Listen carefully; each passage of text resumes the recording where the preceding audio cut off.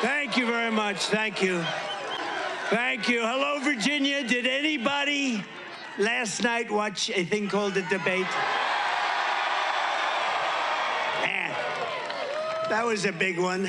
But as you saw on television last night, we had a big victory against a man that really is looking to destroy our country. He's the worst. He's the most corrupt, the most incompetent president in the history of our country. And we have to take it back from that party. That's an evil party, despite the fact that crooked Joe Biden spent the entire week at Camp David resting, working, studying. He studied very hard. He studied so hard that he didn't know what the hell he was doing.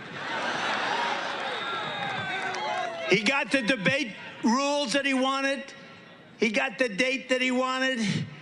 He got the network that he wanted with the moderates he wanted. No amount of rest or rigging could help him defend his atrocious record. It's not defensible. I don't care who you were. You could be the late, great Clarence Darrow. Has anyone ever heard of Clarence Darrow? He was known as quite a good debater. Not as good as your governor, but that's okay. Hello, Governor. I can't miss this guy in the crowd. But his son's much better looking than him. Joe Biden's problem is not his age. It's not his anything, really. He's got no problem other than it's his competence. He's grossly incompetent. You know, they keep saying old. I know people that are much older than him that are doing unbelievable things, making a fortune. I knew a man that at 79, he was never a success, and he made $1 billion, $1.5 billion from 79 to 92. And that's what it is. It's not his age, it's his competence. He's not respected anywhere in the world. Our country is being laughed at all over the world. Biden is using the weaponization of his Justice Department, the FBI, local district attorneys and attorneys general to try and win an election against his political opponent. That happens to be me. Do you know who I am? Something that actually was unthinkable in our nation, but which is very common in third world countries or in banana republics. That's what he's doing. He's using law enforcement to try and hurt his political opponent. Every one of those things last night, you saw that, was all started by this guy, this crooked guy. And not only crooked, I mean, just so bad in so many ways. He's killing our country. He's incapable of winning based on his far-left policies of open borders, massive tax increases, the Green New Scam. That's a windmill on every corner, most of which don't work. And things like putting men in women's sports, really not a great idea.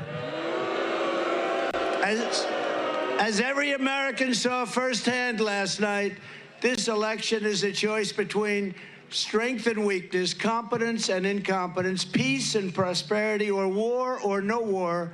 They like a war. They love wars. You know, they love killing people. It's so wonderful. You know, I'm the only president in many, many decades that didn't start a war. I finished one. I beat ISIS in record time.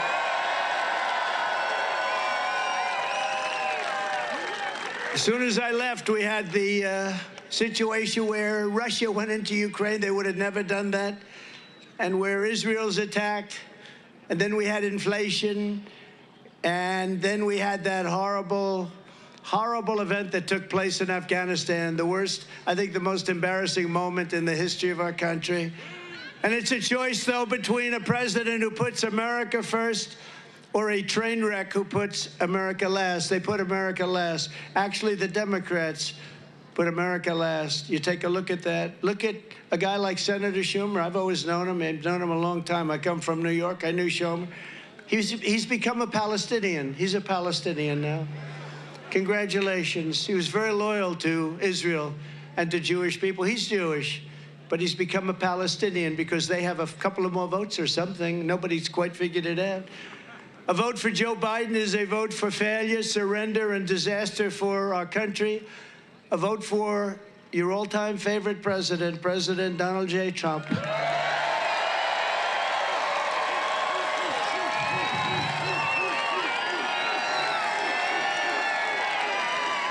is a vote for stopping Joe Biden's inflation, stopping the border invasion, and very simply making America great again. It will make America great again. You see these beautiful women. I'm not allowed to use the term beautiful as a politician. In fact, it could be the end of my career. If Glenn ever ran against me, he'd say he called women beautiful, and that could be the end of my career. But they're beautiful. What am I going to do? I can't lie. But you see these beautiful women up here? They come from a place called North Carolina. We all love North Carolina. And this is their 127th rally. And it's hard to believe. I seldom see their husbands, but they're happily married. I said, are you all happily married? They love their husbands. You love your husbands? They put up with a lot, huh? No, they're very happily married women, but it's 127. But I'll tell you, front row Joes even have that. They're about 200 and something, right? They must have made a lot of money somewhere along the line. Do my people treat you good? Huh? They better treat you good. Front row Joes, they become very famous. The question every voter should be asking themselves today is not whether Joe Biden can survive a 90-minute debate performance, but whether America can survive 4 more years of crooked Joe Biden in the White House.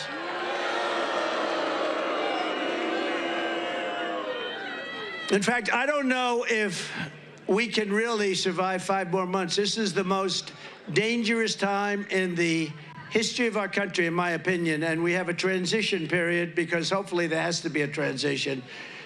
We've never been so close to World War III before, and if it happens, it will be a war like no other. This because of the threat of certain types of weapons. We don't even want to mention the word, but because of the type of weapons that you're talking about today, and I know them better than anybody. You know, I built our military. I totally rebuilt our military. I know more about weapons than just about anybody. And when you look at the incredible destructive power of these weapons, this will be a war like no other. This will not be 2 army tanks running against each other and shooting. This is going to be something the likes of which we've never seen. And we have a man who's grossly incompetent heading up our nation, and he's competing against Putin and President Xi of China and Kim Jong-un of North Korea.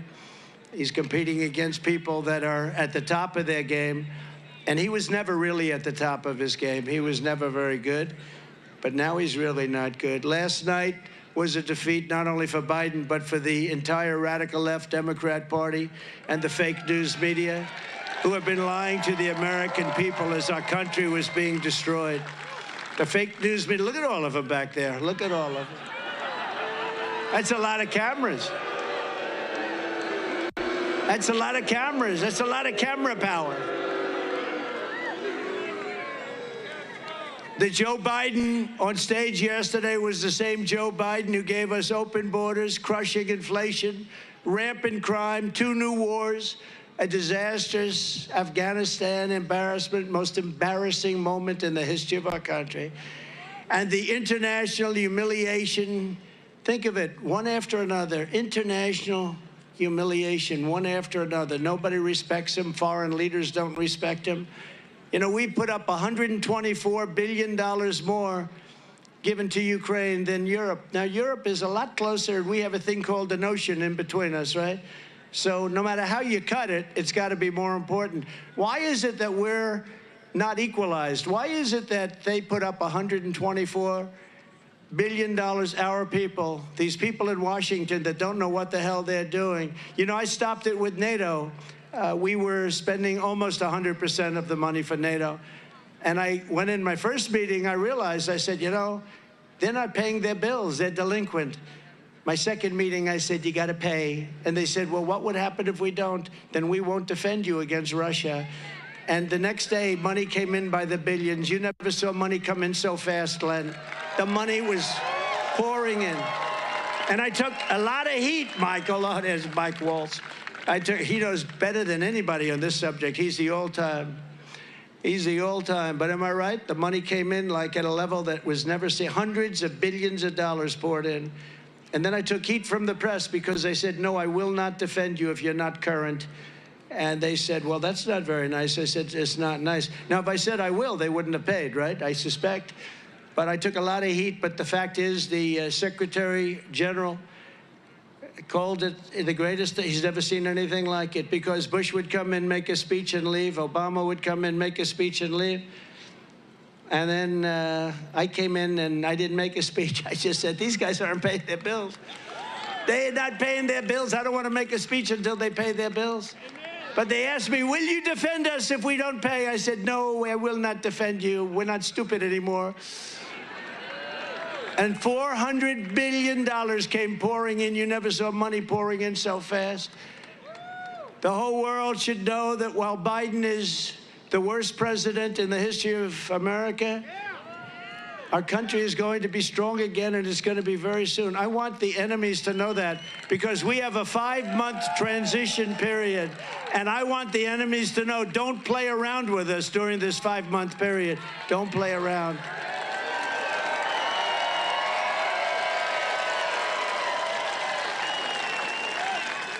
It's only for them. It's also from, in all fairness, we have enemies on the outside. China, Russia, North Korea, enemies, but they're not really enemies if you have a smart president. If you have a smart president, they're not enemies. You'll make them do great. We had no problems. China paid us hundreds of billions of dollars, and it was so easy because they respected our country. Thank you very much. He said, they respected you. Thank you. Stand up, please. Who said that? Stand up. Because they respected us. You said it better than I could. Thank you. I plagiarized. Thank you. No, they respected us. There was no games. But we have the enemy on the outside, and you can do great things with them. And then we have a worse enemy. I call it the enemy from within. These are the sick people, the socialists. Remember I said, America will never be a socialist country. I was right. I was right. It skipped over socialism, went directly into fascism and communism. It never stopped at the station called socialism. It went worse. And that's a big problem that we have, but I think you're starting to see the end of that. And it's been starting for a while now with us, but I think last night was a big moment for people with common sense that want to see America be great again, want to put America first. Many people are saying that after last night's performance that Joe Biden is leaving the race. But the fact is, I don't really believe that, because he does better in polls than any of the Democrats they're talking about. You've seen that, Glenn. These polls come out with some of the names they're being, like Gavin Newsom. He can't run California. He's one of the worst governors. No, he's a bad governor. He can't run California. People are leaving one of the most beautiful places on earth. In terms of weather, in terms of everything else, you can't do any better than California. He's doing a terrible job. But he gets up and he says, oh, California's doing great, pa, pa, pa, pa, pa, pa, like a machine gun, pa, pa, pa, pa. But it's doing bad. People are leaving so fast, and he'd be easy. But he's got lousy poll numbers. And you take a look at some of the others. Then, of course, Kamala is somebody that will be on the scope. It might have been Joe Biden's single best decision, putting her as vice president. Might have been his best, because nobody wants that. I do. I'd be very happy with that. But they don't poll as well as this guy. I mean, I don't want to speak against myself, but maybe, and they polled everybody. They polled Michelle Obama. She polls very badly. No, she polls terribly. Michelle Obama, people, you know, they polled many people, and it's hard to believe, but crooked Joe Biden polls better than those people. So I don't know what's going to happen. I have absolutely no idea. I just know that we're going to make America great again.